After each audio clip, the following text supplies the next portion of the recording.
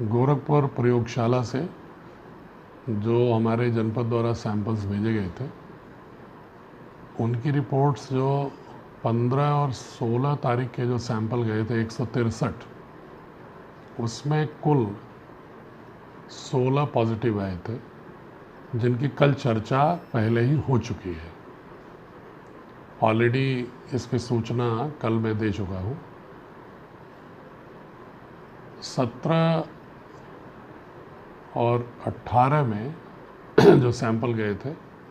17 को 48 सैंपल गए थे, उसमें से 45 नेगेटिव आए हैं। 3 का रिज़ल्ट अभी प्रतीक्षा में है। 18 तारीख को 59 सैंपल भेजे थे, इसमें से 22 के रिज़ल्ट अभी आए हैं जो नेगेटिव हैं, शेष की हम लोग प्रतीक्षा कर रहे हैं। ये सारे ही सैंपल 95% उन लोगों के हैं जो प्रवासी श्रमिक रेल, बस या अपने अन्य अनौपचारिक साधनों से पहुंच रहे हैं, और उनकी जो जांचें हो रही हैं और जांचों के बाद जो लक्षण पाए जा रहे हैं, या होम क्वारंटाइन में से जिनके लक्षण पाए जा रहे हैं उनको हॉस्पिटल ला करके उनके सैंपल भेजे जा रहे हैं, वही सैंपल्स हैं। एक जानकारी मैं जनपदवासियों को देने के लिए ये बताना चाह रहा था। प्रवासी श्रमिक जो हमारे जनपद में विभिन्न माध्यमों से आ रहे हैं, वो 30 अप्रैल से लेकर अब तक जो पंजीकरण करा के उन प्रांतों से आए हैं वो भी 50,000 से ऊपर आ चुके हैं, और लगभग इतने ही श्रमिक अनौपचारिक साधनों से भी आए हैं। यद्यपि अब अनौपचारिक साधनों से आने वालों की संख्या विगत 3 दिनों से बहुत कम हो गई है। अब जो भी आ रहे हैं पंजीकृत करा करके और रेलवे या रोडवेज के उचित साधनों से ही आ रहे हैं, जिससे उनकी जांच में और सुविधा हो गई है। एक और जहाँ ये प्रवासी श्रमिक अपने हैं, उनको यहाँ पर स्वीकार करना हमारा धर्म है। वहीं दूसरी ओर ये आवश्यक है कि उनसे हम कैसे भौतिक दूरी बनाएं, कैसे उनको हम शेल्टर होम में या घर पर क्वारंटाइन करें, एकांतवास में रखें, उनसे परहेज रखें, उनके साथ सहानुभूति रखें, लेकिन पूरी तौर पर भौतिक दूरी और सावधानी का ध्यान रखा जाए। ये प्रवासी श्रमिक या उनसे जुड़े हुए कॉन्टैक्ट ट्रेसिंग में जो भी लोग हैं, इनकी संख्या अगर बढ़ती है तो उसके लिए जनपद में तैयारियां की गई हैं कि ताकि इतने पर्याप्त बेड हों कि उनको हम उपचार करने की प्रक्रिया में ला सकें। जो L1 है, जो बिना लक्षण के लोगों को जिनके पॉजिटिव आते हैं, बहुत सारे लोग हैं जिनको लक्षण नहीं है लेकिन पॉजिटिव आते हैं, जो रैंडम सैम्पलिंग हम लोग प्रवासी श्रमिकों का करा रहे हैं, उनको हम L1 में रखते हैं। और L1 के हमारे पास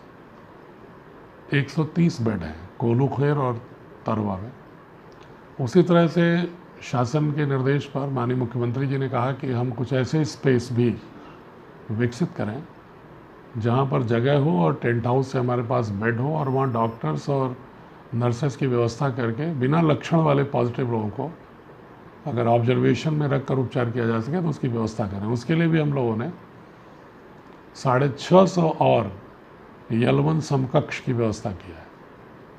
कुछ बड़े कॉलेजेज या फार्मेसी हैं जहां पर हम लोगों ने व्यवस्था की है कि अगर आवश्यकता होगी तो उपयोग किया जाएगा। उसी तरह से L2 जो थोड़ा लक्षण वाले लोग हैं लेकिन गंभीर नहीं हैं, उनके लिए हमारे पास मंडली जिला चिकित्सालय में और अतरौलिया में कुछ कमरों में व्यवस्था की गई है, जहां पर ऑक्सीजन सिलेंडर और वेंटिलेटर भी है। और L2 की व्यवस्था हमारे राजकीय मेडिकल कॉलेज में थी, पहले 20 बेड की थी, लेकिन अब उसको L3 में हम लोगों ने बदल के 100 बेड कर दिया है, जिसमें यदि लक्षण वाले गंभीर लोग हैं तो वहाँ पर ऑक्सीजन सिलेंडर और वेंटिलेटर, एनेस्थेटिस्ट और डॉक्टरों के साथ उपचार की उचित व्यवस्था हो जाए। तो इस तरह से कुल हम लोगों ने लगभग 900 कोरोना इन्फेक्टेड लोगों के लक्षण युक्त और बिना लक्षण वालों के इलाज के लिए इंफ्रास्ट्रक्चर तैयार किया है। और माननीय मुख्यमंत्री जी कि ये निर्देश हैं कि इसकी व्यवस्था तो की ही जाए, साथ ही और भी जगह चिन्हित किया जाए, ताकि अगर और अधिक भी आवश्यकता पड़ती हो तो हम लोग उसको फैसिलिटेट कर सकें। Thank you. पुलिस कर्मियों को बधाई देता हूं कि उन्होंने लॉकडाउन के पीरियड में माननीय मुख्यमंत्री जी की इच्छानुसार जिलाधिकारी और पुलिस अधीक्षक के नेतृत्व में बहुत ही अच्छा कार्य किया है। हमेशा मुस्तैद रहे हैं कोरोना वॉरियर की तरह। मैं उनसे ये उम्मीद करूंगा कि चूँकि गतिविधियां भी शुरू हो गई हैं और साथ ही डिस्टेंसिंग, मास्क लगाना और हैंड वॉश, सफाई का ध्यान रखना, ये भी समानांतर आचरण का हिस्सा बनाना है। आचरण का हिस्सा बनाने के लिए प्रवर्तन कार्य बहुत महत्वपूर्ण है। बिना पुलिस के प्रवर्तन के लोगों के आचरण का हिस्सा नहीं बन पाता है। दंड किसी भी शासन की नीति का एक महत्वपूर्ण हिस्सा है। प्रेरित करने के बाद भी यदि कुछ लोग नहीं मानते हैं तो उनका चालान करना, उनके विरुद्ध एफआईआर लिखाना और उनको जुर्माना वसूलना एक महत्वपूर्ण साधन होता है लोगों को आचरण का हिस्सा बनाने के लिए, जो राज्य सरकार लोगों के हित में कोविड-19 के रोकथाम के लिए चाहती है। इसलिए मैं आप सभी से आपके कार्यों की प्रशंसा करते हुए ये अपील करता हूँ, निवेदन करता हूँ और अधिक सतर्कता के साथ लोगों को कानून का पालन कराने और कोविड-19 के रोकथाम के लिए जो स्वास्थ्य विभाग का प्रोटोकॉल है उसको जीवन के आचरण का हिस्सा बनाने के लिए व्यापक जनजागरण और वांछित प्रवर्तन कार्रवाई में पूरी निष्ठा से अपनी ऊर्जा को लगाएं। ये मेरा निवेदन है, मेरी अपील है। धन्यवाद। किसी भी कोविड-19 हो या कोई भी आपदा हो, उसके संदर्भ में निगरानी सबसे महत्वपूर्ण घटक है और सूचनाओं का आदान प्रदान। इसमें सबसे महत्वपूर्ण भूमिका हमारे पत्रकार बंधुओं ने किया है और बहुत ही सकारात्मक भाव से किया है। इस पूरी लड़ाई में उन्होंने एक इंफॉर्मेशन वॉरियर के रूप में कंधे से कंधे मिलाकर प्रशासन का सहयोग किया है, जिससे माननीय मुख्यमंत्री जी के नेतृत्व में जो भी लड़ाई इस जनपद में भी कोविड-19 के विरुद्ध चल रही है वो कारगर ढंग से चल रही है। समय समय पर पत्रकार बंधुओं ने बहुत सारी बातें बताई हैं, सुझाव भी दिए हैं, जनता तक सूचनाएं पहुंचाई हैं, जनता की सूचनाएं हम लोगों तक पहुंचाई हैं और एक वॉचडॉग के रूप में भी काम किया है, ओम्बड्समैन के रूप में भी काम किया है। मैं उन सभी की प्रशंसा करता हूं और उम्मीद करता हूं कि आने वाला जो ये समय है, जो आर्थिक गतिविधियां और कोविड-19 रोकथाम के प्रयास दोनों को जो समन्वय और समानांतर रूप से चलने की जो स्थिति है, उसमें लोग आचरण का हिस्सा बना लें। कोविड-19 के रोकथाम के लिए जो भी ज़रूरी चीज़ें हैं, डिस्टेंसिंग है, हैंड वॉश है, मास्क लगाना है, सार्वजनिक स्थलों पर थूकना नहीं है, या जो दुकानों के जो रोस्टर हैं समय पर खुलना है, भीड़ नहीं लगाना है, इन विषयों में अगर हम इसी तरह से लोगों का सहयोग मिलता रहा, पत्रकार जगत के लोगों का सहयोग मिलता रहा, तो हम और अधिक कारगर लड़ाई जीतने में कामयाब होंगे। मैं पूर्व में किए गए प्रयासों और सहयोग की सराहना करता हूं और विश्वास करता हूं कि आने वाले दिनों में भी इस लड़ाई में इसी तरह का सहयोग प्राप्त होता रहेगा। धन्यवाद। मैं उत्तर प्रदेश परिवहन निगम के समस्त अधिकारियों और स्टाफ को, बस ड्राइवर, कंडक्टर, चतुर्श्रेणी,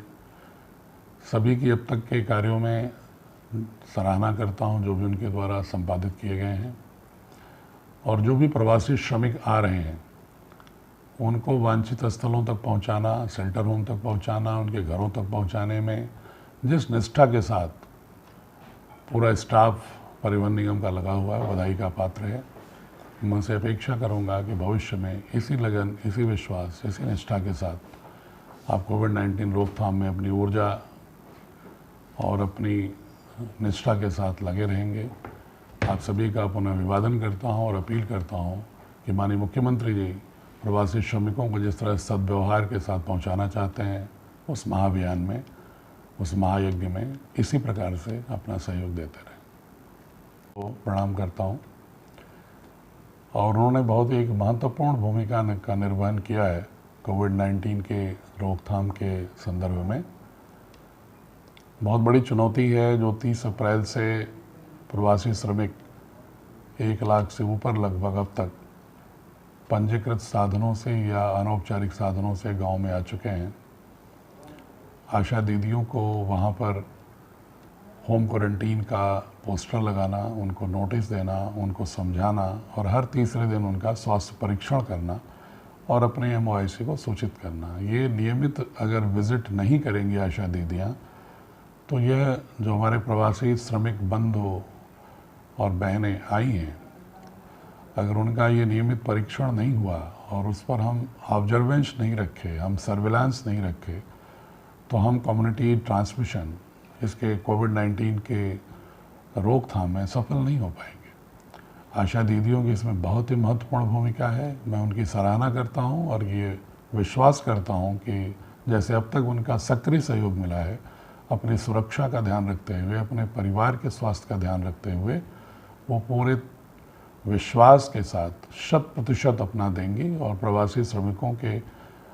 सर्विलांस में एक महत्वपूर्ण भूमिका का निर्वहन करेंगी। प्रणाम।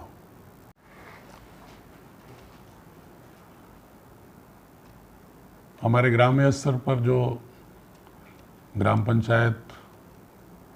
और ग्राम विकास के जो अधिकारी हैं या खंड विकास स्तर पर हैं या उच्च स्तर पर हैं,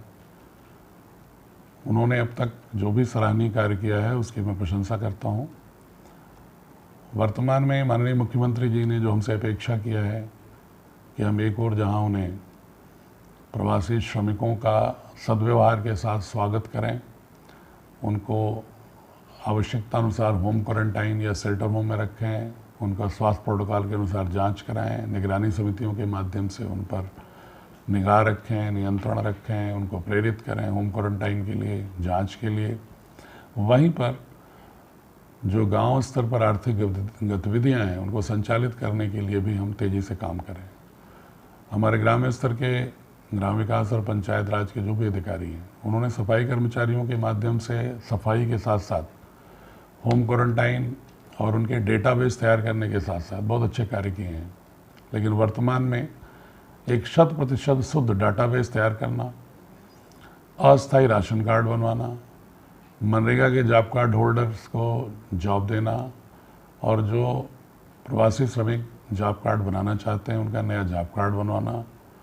और जो MSME या अन्य माध्यमों से उत्पादक समूह बनाकर रोजगार के कदम आगे बढ़ाना चाहते हैं, उनके हुनर की मैपिंग करते हुए उसको अपने वरिष्ठ अधिकारियों से संपर्क करके बैंकों से क्रेडिट दिलाना या प्रशिक्षण दिलाना, ये बहुत ही महती कार्य, एक महती चुनौती हमारे समक्ष है। माननीय मुख्यमंत्री जी की अपेक्षा के अनुसार हम सभी खरे उतरें, जैसा कि अभी तक खरे उतरे हैं आप लोग, ये मेरी आपसे अपील है और निवेदन है। मैं जनपद के समस्त सफाई कर्मचारियों का अभिवादन करता हूँ, चाहे वो नगर क्षेत्र के हों, चाहे ग्रामीण क्षेत्र के हों। और उन्होंने जिस तरह से कोविड-19 रोकथाम में युद्ध स्तर पर अपनी भूमिका का निर्वहन किया है, सफाई का ध्यान रखा है, उनसे मैं ये अपील करूँगा कि जिस जज्बे के साथ आप 60 लाख जनता को माननीय मुख्यमंत्री जी के निर्देश पर उसकी रक्षा के लिए आप कदम उठाए हैं, काम कर रहे हैं, उसी तरह प्रवासी श्रमिकों का जो कि काफ़ी एक संख्या है हमारे जनपद में आई है, तमाम शेल्टर होम हैं, तमाम गांव में लोग होम क्वारंटाइन हैं, तो वहाँ पर सैनिटाइजेशन और सफाई पर आप अपनी सुरक्षा का ध्यान रखते हुए, अपने परिवार की सुरक्षा का ध्यान रखते हुए पूरी तरह से लगे रहेंगे, ये मेरा विश्वास है। और अब तक जो आपने कार्य की है उसके लिए मैं आपको बहुत बहुत बधाई भी देता हूँ और शुभकामना भी देता हूँ और उम्मीद करता हूँ कि बेहतर ढंग से और सफाई को अंजाम देंगे। इस विभाग के सभी लेखपालों ने और उनके उच्चाधिकारियों ने ग्राम स्तर पर प्रवासी श्रमिकों या अन्य लोगों के आगमन पर एक अच्छा सर्विलांस रखा है और उनका डेटाबेस तैयार करके उन्हें प्रेरित किया है स्वास्थ्य परीक्षण के लिए स्वास्थ्य विभाग के साथ मिलकर। उसके लिए मैं प्रशंसा करता हूँ। साथ ही उन्होंने भूख से लड़ने में आम आदमी की लड़ाई में जो एक कारगर भूमिका माननीय मुख्यमंत्री जी के निर्देशों के क्रम में किया है वो भी प्रशंसनीय है। वर्तमान में 2-3 चुनौतियां हैं। एक चुनौती स्वाभाविक रूप से होम क्वारंटाइन की है, जिसको हमें सुनिश्चित कराना है, निगरानी समिति के को प्रेरित करके लोगों के आचरण में कोविड-19 की रोकथाम के हिस्से को लाना है। भौतिक दूरी रखना, हैंड वॉश, मास्क लगाना और समानांतर रूप से अस्थायी राशन कार्ड प्रवासी श्रमिकों और अवरुद्ध श्रमिकों का बनवाना। और उससे एक महत्वपूर्ण है, प्रवासी श्रमिकों के आगमन के पश्चात, गतिविधियां खुलने के पश्चात मनरेगा की या अन्य गांव में भूमि विवाद प्रारंभ हो रहे हैं। राजस्व संहिता के तहत ग्राम राजस्व समिति के गठन का एक प्रावधान है, जिसके विषय में मैंने उप जिलाधिकारियों से अनुरोध किया है, लिखित रूप से भेजा है। मैं सभी ग्राम स्तर लेखपालों से निवेदन करूंगा कि उसका गठन अगले 3 दिन में करा लें और लोगों को एक प्लेटफॉर्म दें और प्रभावी रूप से लोगों के राजस्व वादों, जमीन के विवादों के निस्तारण में निष्ठापूर्वक पारदर्शी रूप से अपनी भूमिका का निर्वहन करें, ताकि गांव में शांति बरकरार हो, लोगों को न्याय मिल सके भूमि विवादों में। ये चुनौती का हम लोग मिलजुल करके लोगों के साथ सद्व्यवहार के साथ इसका पालन करेंगे, ये मेरी अपील है। और पूर्व में जो भी कार्य किए गए हैं उनकी प्रशंसा करते हुए विश्वास है कि हम इसी तरह लड़ेंगे और बढ़ेंगे नारे के साथ, लोगों के साथ कंधे से कंधा मिलाकर इस युद्ध में आगे बढ़ेंगे। मैं स्वास्थ्य विभाग के समस्त अधिकारियों, चिकित्सकों, लैब टेक्नीशियंस, सफाई कर्मचारी, चतुर्श्रेणी कर्मचारी, एम्बुलेंस चालक, अन्य सभी जो भी स्टाफ हैं, उन्होंने जो एक कोविड-19 के युद्ध में कोरोना वॉरियर्स के रूप में अपने को स्थापित किया है और पूरी निष्ठा के साथ लगे हुए हैं, उनकी प्रशंसा करता हूँ। 1 लाख से अधिक प्रवासी श्रमिकों का आगमन जो 1 मई के बाद हुआ है और निरंतर जारी है, उनका स्वास्थ्य परीक्षण कराना, उनको होम क्वारंटाइन या शेल्टर होम क्वारंटाइन कराना, उनका लक्षण हर 3 दिन पर जांच होना आशा दीदियों के द्वारा और आवश्यकता अनुसार उनके सैंपल भेजना, फिर अग्रेतर उसमें स्वास्थ्य विभाग की कार्रवाई कराना एक निरंतर प्रक्रिया है। और चूँकि सबसे अधिक संपर्क में कोविड-19 के पेशेंट्स के साथ स्वास्थ्य विभाग के लोग रहते हैं, इसलिए उनकी लड़ाई और अधिक संवेदनशील हो जाती है। मैं उनसे निवेदन करूंगा कि अपने समस्त सुरक्षा के उपकरणों के साथ स्वयं को लैस रखते हुए पूरी निष्ठा के साथ जो प्रदेश सरकार, भारत सरकार, माननीय मुख्यमंत्री जी के नेतृत्व में हम कोविड-19 के विरुद्ध एक लड़ाई लड़ रहे हैं, उसमें स्वास्थ्य विभाग एक महत्वपूर्ण, सबसे महत्वपूर्ण योद्धा के रूप में है। और मैं उम्मीद करूंगा कि हम सब मिलजुल करके लोगों के साथ एक कोविड-19 की लड़ाई में एक कारगर भूमिका का निर्वहन करते हुए इसमें सफलता अर्जित करेंगे। धन्यवाद। कोविड-19 रोकथाम में आंगनवाड़ी दीदियों को मैं प्रणाम करता हूं और मैं उनकी भूमिका की सराहना करता हूं, चाहे वो गांव में और विशेष अटेंशन जोन में डोर टू डोर निरीक्षण करने का रहा हो, चाहे वो डोर टू डोर जा कर के पुष्टाहार माननीय मुख्यमंत्री जी द्वारा भेजे गए उनके वितरण का रहा हो, या अनौपचारिक रूप से मेरे द्वारा जनपद स्तर पर आपदा फंड में जो कुछ धनराशि जमा हुई थी उससे कुछ गर्भवती महिलाओं, अंत्योदय कार्ड की, औरत कुपोषित बच्चों को, या कुछ अन्य अत्यंत निर्धन आर्थिक रूप से जो परिवार थे उनको वितरण के लिए जो हमने उन पर विश्वास किया उस पर वो खरा उतरी। मैं उनसे आग्रह करूंगा कि इसी तरह से लोगों के बीच में निगरानी समिति के सदस्य के रूप में भी लोगों को जागरूक करते रहें और बच्चों का, छोटे बच्चों के पुष्टाहार का विशेष ध्यान रखें, उनकी माताओं को उनके स्वास्थ्य के विषय में जागरूक करते रहें और लोगों को भौतिक दूरी, मास्क लगाना और हैंड वॉश के लिए प्रेरित करते रहें और प्रवासी श्रमिकों से मुख्यतः भावनात्मक लगाव रखते हुए भौतिक दूरी रखने के लिए गांव में प्रचार प्रसार करें, ये मेरा उनसे निवेदन है। समस्त ग्राम पंचायत के प्रधान बंधुओं का अभिवादन करते हुए ये कहना चाहूँगा कि कोविड-19 की रोकथाम को लेकर जो ये लॉकडाउन का प्रथम चरण शुरू हुआ था, उस समय से लेकर अब तक बहुत सारी चुनौतियां आई। प्रारंभ में लॉकडाउन के शुरू होते समय मुख्यतः 23 मार्च से लेकर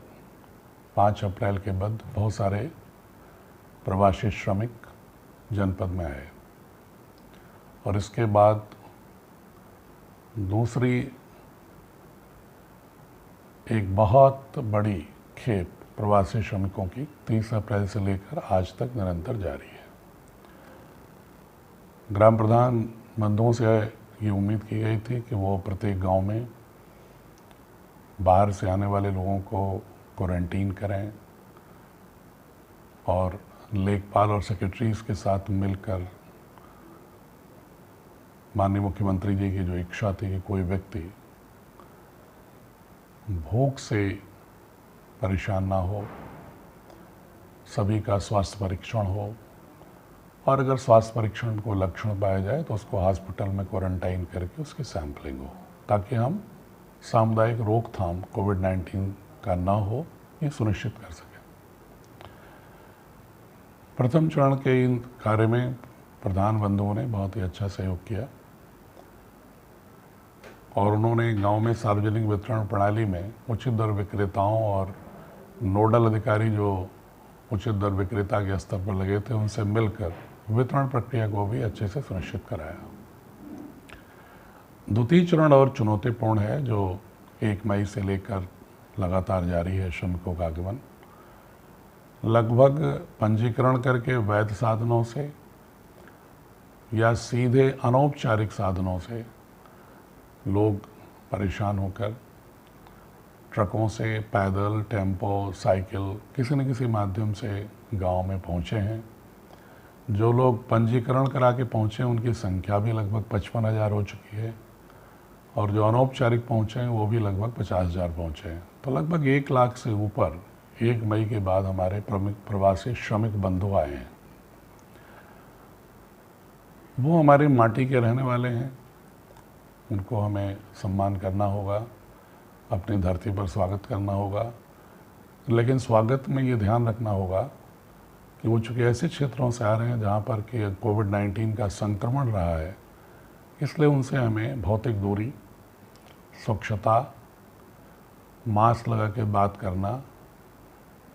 घर में भी रहते हैं तो उनको एकांतवास में रखना, उनका स्वास्थ्य परीक्षण कराना, हल्का भी लक्षण हो तो उसको हॉस्पिटल भेजना, सैंपलिंग कराना और अग्रेतर स्वास्थ्य विभाग के नियमों के अनुसार कोविड-19 के प्रोटोकॉल के अनुसार कार्रवाई कराना, ये हमारी बहुत बड़ी चुनौती है। इसमें मेरा आग्रह है कि आप निगरानी समिति के अध्यक्ष हैं, आशा दीदी, आंगनबाड़ी दीदी, चौकीदार और जो भी गांव के छात्र छात्राएं हमारी पढ़ी लिखी हैं या लेखपाल और सेक्रेटरी हैं या जो बीडीसी सदस्य हैं, वो सभी लोग मिलजुल कर एक ऐसा वातावरण तैयार करें कि प्रत्येक व्यक्ति पर सही निगरानी हो और स्वास्थ्य के मानकों के अनुसार कोविड-19 की रोकथाम में कारगर प्रभावी कार्रवाई हो। मैंने देखा है तमाम गांव में बहुत अच्छे से लोगों को या तो शेल्टर होम में रखा गया है या जिनके घर पर जगह नहीं है उसको गांव के ही बाहर एक विद्यालय में उनकी सहमति से समझा बुझा के रखा गया है। यदि जगह ना हो तो शेल्टर होम ब्लॉक में, हर ब्लॉक पर कम से कम 7 से 8 बड़े कॉलेजेस शेल्टर होम के रूप में हैं चिन्हित। अपने तहसीलदार एसडीएम से बात करके आप उनको वहाँ रखवा सकते हैं। लेकिन निगरानी समिति का एक मौलिक दायित्व है कि वो फिजिकल डिस्टेंस, भौतिक दूरी, स्वच्छता, मास्क, ये जीवन का आचरण हो जाए घर घर प्रत्येक व्यक्ति का। ये ज़रूरी है क्योंकि जीवन चलना भी ज़रूरी है, जीवन की गतिविधियाँ भी चलनी ज़रूरी हैं। तो जीवन की गतिविधि भी साथ चले, मनरेगा में प्रवासी श्रमिकों को रोज़गार भी मिले, जो प्रवासी श्रमिक आ रहे हैं उनका डेटाबेस तैयार हो, उनके स्किल की, हुनर की मैपिंग हो, अगर कोई कार्य करना चाहते हैं तो समूह बना के उनको बैंकों से क्रेडिट दिलाकर उनके बड़े काम से, बड़ी उत्पादक गतिविधियों से स्थानीय स्तर पर एमएसएमई से जोड़ा जाए। ये सब जो अभियान चल रहे हैं, ग्राम प्रधानों का सहयोग इसमें बहुत बड़ी भूमिका निभाएगा। और ये संभव तभी है जब हम डिस्टेंसिंग, हैंड वॉश और मास्क लगाना, ये जीवन का अपना एक अभिन्न आचरण बना लें। मैं पुनः पूरे इस कोविड-19 के युद्ध में ग्राम प्रधानों ने और ग्राम्य स्तर के समस्त अधिकारियों ने, सेक्रेटरी, लेखपाल, आशा दीदी, आंगनबाड़ी, कृषि विभाग के लोग, बीट के सिपाही, सब ने मिलकर, सफाई कर्मचारी मुख्यतः, सब ने मिलकर के एक पर्यावरण निर्मित किया है और वहाँ के जागरूक युवकों ने, युवतियों ने वातावरण तैयार किया है। समवेत रूप से हमें इस कोविड-19 के युद्ध में एक अनवरत जागरूक रहने की आवश्यकता है, जिससे हमारी गतिविधियां भी चलें, हम कोविड-19 से लड़ें भी और साथ ही बढ़ें भी। इस नारे के साथ हमें आगे बढ़ने की आवश्यकता है। धन्यवाद।